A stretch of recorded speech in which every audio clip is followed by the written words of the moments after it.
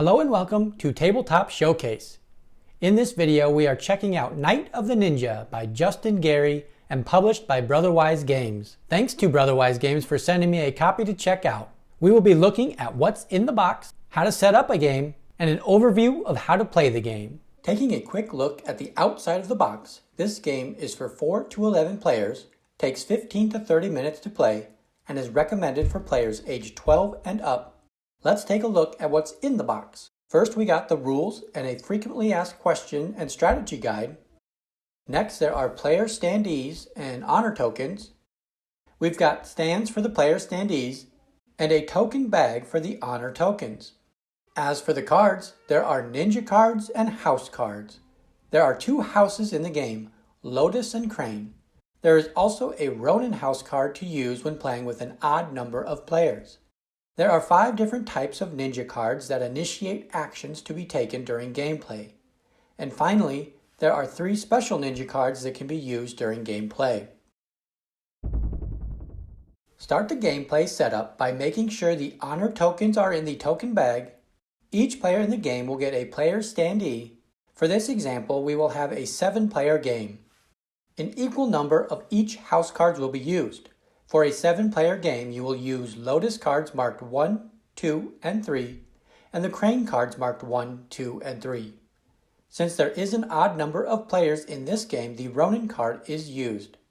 All the house cards are shuffled and 1 is dealt to each player. These house cards are kept hidden from the other players throughout the gameplay. Lastly, ninja cards are shuffled. Gameplay begins with each player being dealt 3 ninja cards. Players will look at the ninja cards dealt to them and choose 1 to keep. The other 2 cards are passed to the left. Of the 2 new ninja cards passed, players will choose 1 to keep. The remaining card for each player is combined to form a discard pile. After all players have drafted their ninja cards, the night falls and players will get the chance to play and action their ninja cards. During the night, ninja cards are played in 5 phases.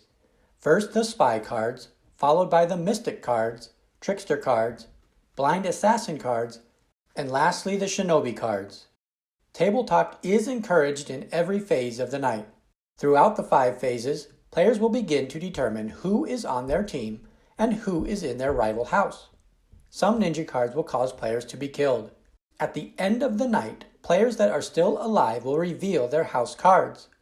The house with the best ranked card that is still alive wins the round. 1 is the best rank, up to 5 being the worst rank. Here the Crane house would win this round with the 2 card outranking the 3 card. When a house wins a round, every player on that house team wins, even if they were killed during the night. Winning players will each get to draw 1 honor token out of the token bag. The honor tokens each have an amount on the back. The first player to get a total of 10 or more honor token points wins the game. Overall, Night of the Ninjas is a solid game, great for a large number of players. If you're familiar with the card game Mafia or One Night Ultimate Werewolf, you probably saw some similarities in gameplay to Night of the Ninja.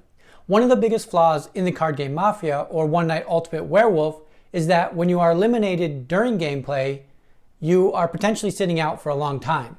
Night of the Ninja does better where, although you can still get killed in the night, you're still a part of the gameplay. You're still involved in the table talk, trying to figure out which players are in which house. After the round is over, players get their honor tokens, the game is reset, new house cards, new ninja cards, you're back into another round alive and well. I also really like how each round is different. You're going to be switching up the house you're in, which is going to switch up your teammates and your alliances. Each round has an element of cooperative play, but ultimately you're playing for yourself, trying to be the first player with 10 honor token points. If you like the card game Mafia or One Night Ultimate Werewolf, you'll definitely enjoy playing Night of the Ninja. Finding a good game can be difficult when you have 8, 9, 10 players. This one is definitely a great option for when you have a large group at game night or at your next family gathering. If you're interested in Night of the Ninja and want to grab a copy for yourself, check out the link in this video's description. Thanks for watching.